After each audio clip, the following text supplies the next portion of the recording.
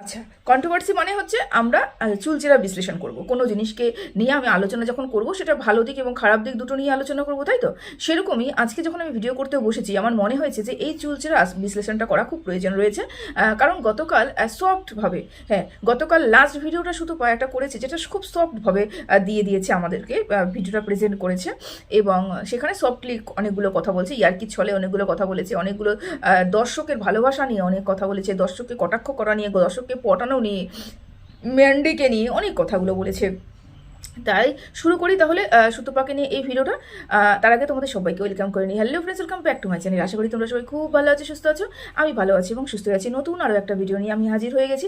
তো এই মুহূর্তে ভিডিও করতে বসেছি অবশ্যই সুতপাকে নিয়ে। সুতপার লাস্ট ভিডিও, যেখানে সুতপা প্রথমেই বললো যে তার হাজব্যান্ড প্রচণ্ড পরিমাণে রাগারাগি করেছে এবং শুধু হাজব্যান্ড রাগারাগি করেনি, তার দর্শকরাও প্রচণ্ড পরিমাণে রাগারাগি করেছে যে কেন সুতপা মানে মারিয়ার বাড়িতে গিয়েছে সবাইকে না জানিয়ে। তো এটা তো শুধু আজকের কথা নয়, বরাবরই ম্যান্ডির সাথে যখন দেখা করতে গিয়েছিল সুতপা, তখনও কিন্তু দর্শকদের জানানো হয়নি, এটা তোমরা জানো। তারপরে ফোকলার সাথে যে ভেতরে ভেতরে যোগাযোগ রেখেছিল, ফোকলার সাথে যে কথা হতো প্রথমে, বা টিনার সাথে ফোকলার একটা বিচ্ছেদের পর তারপরেও যে ফোকলা টিনা ইসের সাথে যোগাযোগ করেছিল আর কি, ফোকলার সাথে সুতপা যোগাযোগ করেছিল, সেটাও কিন্তু আমরা কেউ জানতাম না, তাই না? ভেতরে অনেক কিছু ঘটনা হয়, অনেক কিছু ঘটে ওর জীবনে, যেগুলো দর্শকদের জানানোর বড় প্রয়োজন হয় না। কোন জিনিসগুলো দর্শকদের জানানোর প্রয়োজন মনে হয় বলো তো? যেই জিনিসগুলোকে বিক্রি করলে পরে টাকা ইনকাম হবে এবং ভিউজ ইনকাম হবে, সেই জিনিসগুলোকেই ও বলতে বসে। এবং তখন বলতে বসে আমি তোমাদের জানাতাম, আমি তোমাদের বলতাম না। যদি ব্যাপারটা এইভাবে সামনে না আসতো, ও জানাতেও না, ও বলতেও না। যদি মারিয়া এখন প্রেগনেন্ট না হতো, তো মারিয়া যদি ওকে পাত্তাটা মানে ওর সাথে ভেতরে ভেতরে যোগাযোগ করার পরে ওপরে সেটা দেখাচ্ছে না, ও ভেবেছিল মারিয়ার সাথে ও দেখা করবে, মারিয়ার সাথে ও একটা ক্যামেরা শেয়ার করবে, মারিয়া ক্যামেরা শেয়ার করবে, দুজনে মিলে ব্লগিং করবে, তারপরে ওখান থেকে আরও মানে সেই দমে ভিডিও চলবে।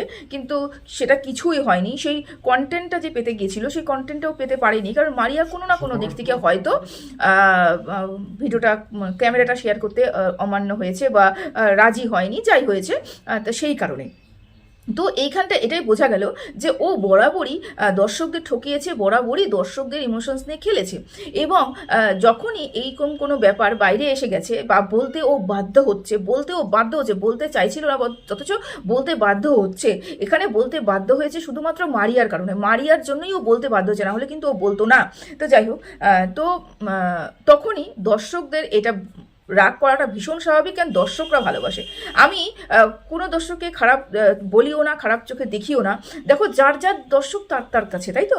যেমন ম্যান্ডির দর্শক ম্যান্ডির কাছে, মারিয়ার দর্শক মারিয়ার কাছে, সুতপার দর্শক সুতপার কাছে। সুতপার দর্শকও কিন্তু সুতপাকে ভালোবাসে, সেই কারণে সেই ভালোবাসার জায়গার থেকেই কিন্তু তার দর্শকরা তাকে বলেছে যে তুমি কেন জানাওনি, রাগ করেছে, এই কথাটাও বলে রাগ করেছে। রাগ আর অভিমান সেখানেই আসে যেখানে ভালোবাসা থাকে, সেখানেই রাগ আর অভিমান আসে। এবং সুতপা সেই রাগ এবং অভিমান এর দুটোকেই বোঝার ক্ষমতার মধ্যে থাকে না, মানে বুঝতে ও চায় না। ও সেটাই বুঝবে যেটা ওর মাথার মধ্যে থাকবে, ও ওটাই করবে যেটা ও ভালো বুঝবে। ও অন্যের ভালো বোঝা, অন্যের রাগ, অন্যের ইমোশনস, অন্যের কষ্ট লাগা এগুলো বোঝে না, এটা তোমাদেরকে বুঝিয়ে বললাম। তো যাই হোক, তো তারপরে দ্বিতীয় নম্বর কথা, তার হাজব্যান্ড এসেছে এবং হাজব্যান্ড এসে প্রচণ্ড রাগ করেছে। আমি গতকালকের ভিডিওতেই বলেছি যে হাজব্যান্ডকে না জানিয়ে কোনো কাজ করা মানে সেটাকে ভীষণ পরিমাণে হাজব্যান্ডকে অমান্য করা, অগ্রাহ্য করা বা তাকে প্রায়োরিটি না দেওয়া, এটা তো অবশ্যই। দেখো, আমরা কোন জিনিসটা হাজব্যান্ডকে না জানিয়ে করে বাইরে বেরোলাম, একটা জিনিস পছন্দ হলো, নিয়ে চলে আসলাম, এসে বললাম এটা আমি কিনেছি, কিচ্ছু বলবে না। কিন্তু যেখানে একটা মান সম্মান জড়িয়ে রয়েছে, যেখানে আমার সবাই বলছে তার সাথে যোগাযোগ করতে না, তার সাথে কথা বলতে না, বা বলতে পারো সেই অপমান করতে কোনো জায়গায় আমাকে পিছুপাক হয়নি, তাহলে সেই মানুষের সাথে যদি আমি হাজব্যান্ডকে না জানিয়ে যাই, তার মানে হাজব্যান্ডকে আমি পাত্তা দিই না। কেন আমি যদি হাজব্যান্ডকে জানাতাম, হাজব্যান্ড আমাকে না করতো, না করলে আমি নাটা শুনতাম না, কেন আমার তো ওটাই ইচ্ছে, যেটা আমি মন চাই সেটাই তো আমি করবো, তাই না? তো সেটাই ও করতে চেয়েছে, সেই জন্য হাজব্যান্ডকেও বলেও নি। স্বাভাবিক, হাজব্যান্ড যখন জানতে পারবে তার তো রাগ হবে, কিন্তু এই রাগটা ও আগের থেকে ভেবে রেখেছে যে ও রাগ করবে এবং রাগটাকে আমি ইয়ে করে নেবো, হ্যাঁ ঠিক আছে, রাগ করেছে। কিন্তু ব্যাপারটা ওটা নয়, ব্যাপারটা হলো হাজব্যান্ড রাগ করেছে এবং হাজব্যান্ড জেনেছে কার থ্রুতে, ওর থ্রুতে, যখন সবাই জেনেছে। স্পেশালভাবে হাজব্যান্ডকে জানানো হয়নি, স্পেশালভাবে হাজব্যান্ডকে বলা হয়নি। তার মানে হাজব্যান্ডের ওই জায়গাটাই বিরাজ করে, যে জায়গাটা দর্শক বিরাজ করে, একদমই বাইরের, বুঝতে পেরেছো? তো যাই হোক, আচ্ছা, ভিডিও করতে করতে চিৎকার করলাম একটা, আচ্ছা যা সামনে একটা জিনিস দেখেছিলাম তো সেই কারণে। তো যাই হোক, এটা হলো।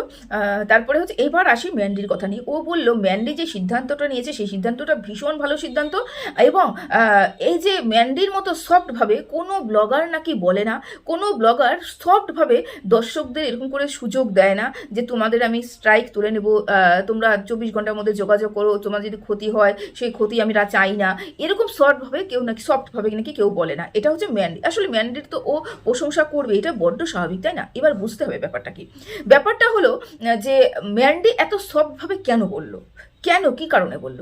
এই একটাই কারণ, সেটা হচ্ছে ম্যান্ডির রুডভাবে বলার মুখ নেই, মুখ নেই। ও যে কীর্তি করেছে, ও যে নোংরামিগুলো করেছে, সেই নোংরামিগুলোই তো দর্শক তুলে ধরেছে।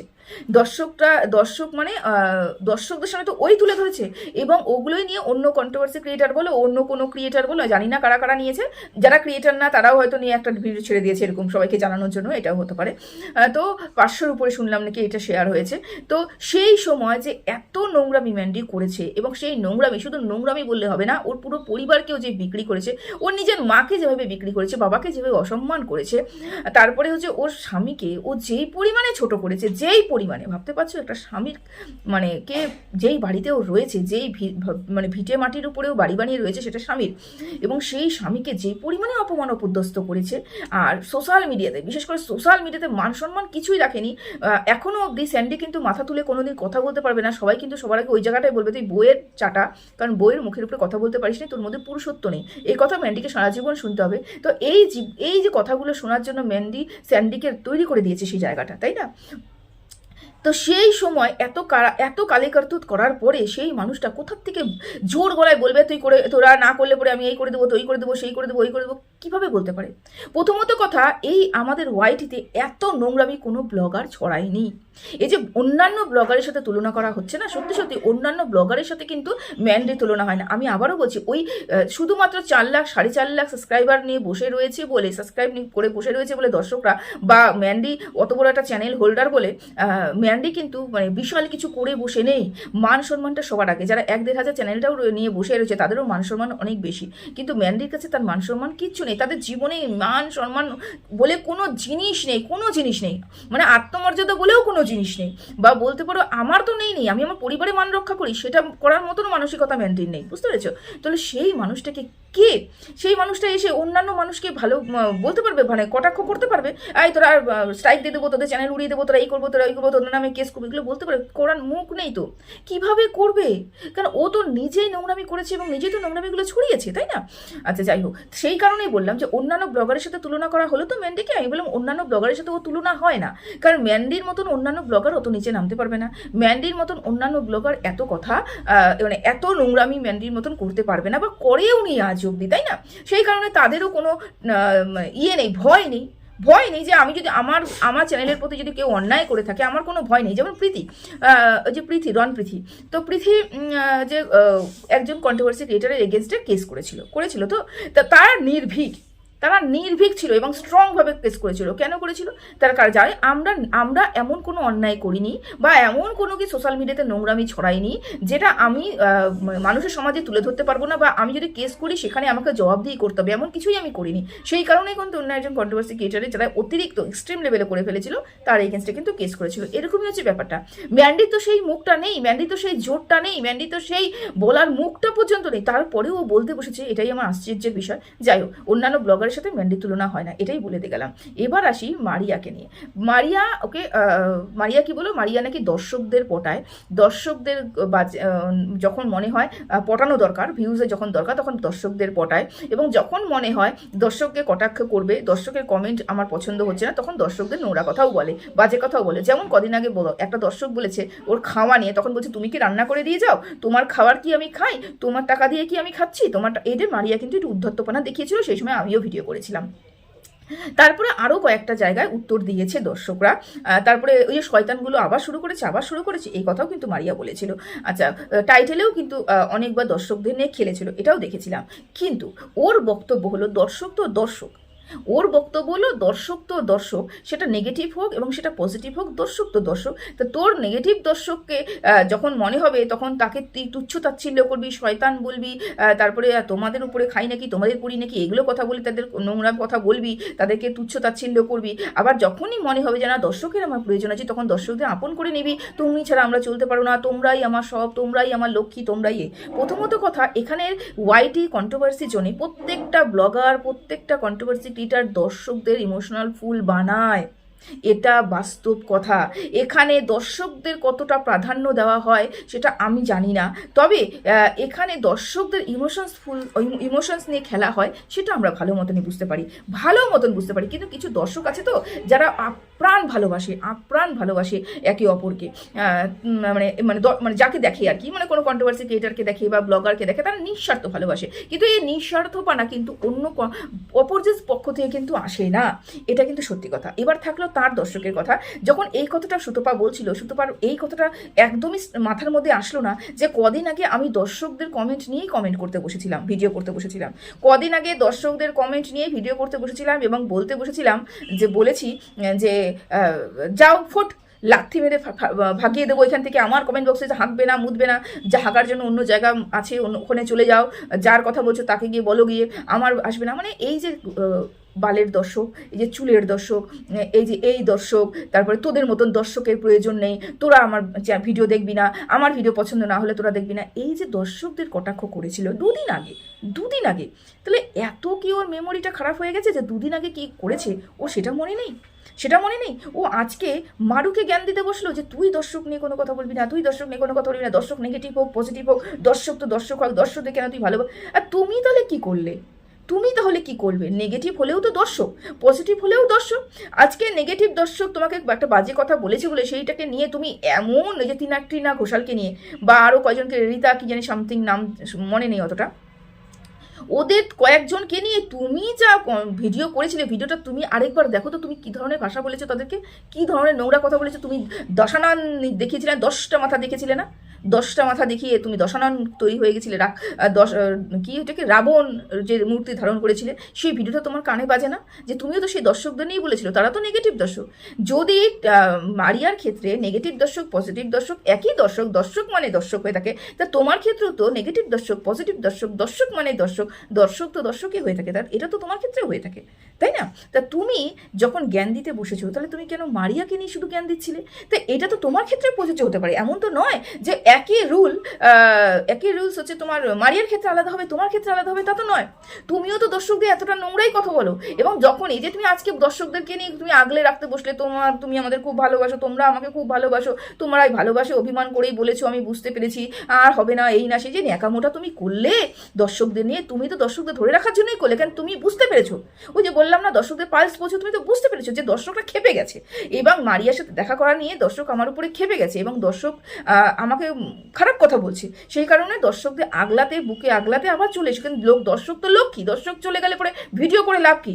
এটা কিন্তু তুমি জানো না যে মানে তুমি এটা কিন্তু ভালো মতনই জানো যে দর্শকই লক্ষ্মী, এবং দর্শকরা না থাকলে আমার ভিডিও করে লাভ নেই। অথচ সেই দর্শককে নিয়ে তুমি একদিন জ্ঞান দিতে বসেছিলে, দর্শক কোথা থেকে, ওয়াইটি আগে এসেছে, তারপরে কন্টেন্ট ক্রিয়েটার এসেছে, তারপরেও দর্শক এসেছে, কি মাথা মোটা না? আচ্ছা, আর জ্ঞান দিতে বসলে দুদিন আগে তুমি দর্শকদের ঝাঁটা জুতো মারতে বসেছিলে, আজকে সেই দর্শকরা তুমি কথা বলছো। মানে আমি ভাবি কি, তোমরা যখন ভিডিও করো, মানে আগে কি ভুলে গেছো সেটা ভুলে যাও, পরের দিন আবার নতুন করে ভিডিও করতে বসো এবং নতুন রূপ নিয়ে বসো, এবং পরবর্তীকালে কি করেছিলে, মানে আগে কি করেছিলে সেটা তুমি পুরোপুরি ভুলে গিয়ে নতুনভাবে নতুন রূপ দেখাও কি করে? লজ্জাবোধ থাকা দরকার যে আমি যে কাজটা করবো, আমার মনে হয় আমি যেই কাজটা করব সেই জ্ঞানটা আমি সবার আগে নিজেকে দেবো, নিজে করবো কিনা, নিজে আমি দর্শকদের ঠকাচ্ছি কিনা, নিজে আমি দর্শকদের বাজে কথা বলছি কিনা, নিজে আমি দর্শকদের অবমাননা করছি কিনা, দর্শকদের ইমোশনস নিয়ে খেলছি কিনা, নিজে আগে দেখবো, তারপরে তো আমি মারুকে জ্ঞান দেবো, বা তারপরে অন্য কাউকে জ্ঞান দেবো, তাই না? তারপর তো অন্য কাউকে জ্ঞান দেবো। কিন্তু তুমি কি করলে বলো তো, তুমি নিজের দিকটা পুরোপুরি ভুলে যাও, অন্যের দর্শকদের, অন্য কন্ট্রোভার্সি ক্রিয়েটারদের দর্শকদের, অন্য ব্লগারের দর্শকদের, এদের কিনে টানা হেঁচড়া করতে শুরু করো, নিজে কি করো সেটা সম্পূর্ণ ভুলে যাও। তোমার ক্ষেত্রে দর্শকদের তুমি গালি দিতে পারবে, তোমার ক্ষেত্রে তুমি দর্শকদের ভালোবাসতে পারবে, তুমি যখন মনে হবে লাথি দিয়ে দর্শকদের বের করে দেবে, তোমার যখন মনে হবে তুমি দশানন দেখাতে পারবে, নিজের চেহারা দেখাতে পারবে, তোমার যখন মনে হবে তুমি মাদার টেরেসার মতন দর্শকদের আগলে রাখবে। মানে ইমোশনাল ফুল তো তুমি সবার প্রথমে তোমার দর্শকদের বানাচ্ছ, এখনো পর্যন্ত বানাচ্ছ। মনে পড়ে যে কয়েকদিন আগে ম্যান্ডি চ্যানেলে যে দর্শকগুলো তোমাকে নিয়ে জুতো ঝাঁটা মারছিল সেখানেও ম্যান্ডি এবং ম্যান্ডির দর্শক এবং মারিয়ার দর্শক দু তরফ থেকে তো তুমি জুতো এবং ঝাঁটা খাচ্ছিলে, এবং তার পরিপ্রেক্ষিতে তুমি যে উত্তরগুলো দিয়েছিলে, যে ভিডিওটা তুমি করেছিলে, তো সেই কথাটা বললাম। তো সেই ভিডিওটা তুমি কি ভুলে গেছো? সম্পূর্ণ ভুলে গেছো। এবার লাস্ট একটা কথা বলতে আসি, সেটা হচ্ছে তুমি এই কথাটা বলতে পারো কি যে 3 বছর আগে ওরা যে ভুলটা করেছে তার জন্য যে অনেকগুলো তো ভিডিও নেমেছে, সেই ভিডিওগুলো তোমরা সবাই প্রাইভেট করে দাও, আমিও প্রাইভেট করে দিচ্ছি, কিছু কিছু জিনিস তুমিও প্রাইভেট করে দাও। মানে আমি না ভাবি কি, একদম ঠিক কথা বলেছো তুমি, একদম ঠিক কথা বলেছো। তুমি এবং ম্যান্ডি দুজনে এক ক্যাটাগরি, দুজনের মধ্যে চামড়া বলে কিছু নেই, চামড়াটাকে পুরো গন্ডারে করেছো। দুজনের মধ্যে মান সম্মান বলে কিচ্ছু নেই, দুজনের মধ্যে আত্মমর্যাদা বলে কিচ্ছু নেই, সেলফ রেসপেক্ট বলে কিচ্ছু নেই। দুজন পুরোপুরি কান্নাক কাটা ওয়াইটিতে এসে বসেছো এবং দুজন সেম, একদমই সেম। না ম্যান্ডির যদি লজ্জা থাকতো তাহলে স্বামীর পাশে বসে সেদিনকে এই ভিডিওটা করতো না, একটা পোস্ট দিয়ে দিতে পারতো, বা একটা শর্ট ভিডিও ম্যান্ডি করতে পারতো, বা সোমনাথ করতে পারতো। দুজনই কান নাক কাটা বলে ওরকম করে এসে মুচকি হেসে একটা ভিডিও করতে পারলো, ভিডিও করে তোমার দেখাতে পারলো, তারপরে এবার লাইভ করলো। এরপরে তুমিও যাকে নিয়ে এত নোংরা কথা বলেছো, পুরো পরিবারকে তুমি শেষ করে দিয়েছো, পুরো পরিবারকে যাদের শেষ করেছো, মান সম্মান শেষ করে দিয়েছো। সেই দেখো, মান সম্মান হারালে মান সম্মান ফিরে আসে না, ওটা তুমি ফিরে আনতে পারবে না। যতই হোক তোমার সামনে মুখের উপরে হয়তো কেউ কোনো কথা বলবে না, কিন্তু তোমার পিঠ পিছনে তোমার মান সম্মান, তোমাকে বলবে দৌড় ওদের কোনো মান সম্মান রয়েছে নাকি, এটা কিন্তু আজীবন থেকে যাবে। যে জিনিসটা তুমি করে রেখেছো, সোশ্যাল মিডিয়াতে এত ভাইরাল হয়েছিল সেই সময়টা, সেই নোংরা কথাগুলো, যেটা সবার মনের মধ্যে গেঁথে রয়েছে, ঠিক আছে, গেঁথে রয়েছে। তো ওইগুলোই হচ্ছে কি জানি বলতে গেছিলাম। তো তুমি এতটাই নির্লজ্জ যে সেই সময় তুমি যে কাজগুলো করেছো, আজকে সেই কাজগুলোকে নিয়ে তুমি বলছো যে আমি সেই সময় ভুল করেছি, এখন সব কিছু আমি করতে পারি, মানে তোমরা সবাই ভুলে যাও, সব কিছু মিটমাট করে নাও, মানে স্ট্রাইক যাতে না পড়ে তোমাদের চ্যানেলে, তোমরা সবাই ডিলিট করে দাও, এই করে তো আমিও সব করে দিচ্ছি। কতটা নির্লজ্জ হলে পরে এই ধরনের কথা মানুষে বলতে পারে? সত্যি আমি ভাবি, অবাক হয়ে যাই। আমি না ওয়াইটিতে না আসলে আমি জানতামই না ওয়াইটিতে এত বিচিত্র মানুষ থাকে, এত আত্মমর্যাদাহীন আর সেলফ রেসপেক্টহীন মানুষ বাস করে, আর টাকার এত দাম আমি ওয়াইটিতে না আসলে বুঝতাম না, সত্যি কথা। তো চলো, আমার শিক্ষা আমাকে হয়তো ওয়াইটিতে নিয়ে এসেছে, শিক্ষা মিন্স মানে আমার জীবনে আমার অনেক কিছু শেখার বাকি ছিল, এই শেখার জন্যই হয়তো আমাকে ঠাকুর এই ওয়াইটিতে নিয়ে এসে ফেলেছে, না হলে আমি এত কিছু শিখতেই পারতাম না। তো চলো, সবাই ভালো থেকো, সুস্থ থেকো। আজকের মতো ভিডিওটা এখানে শেষ করলাম, টাটা।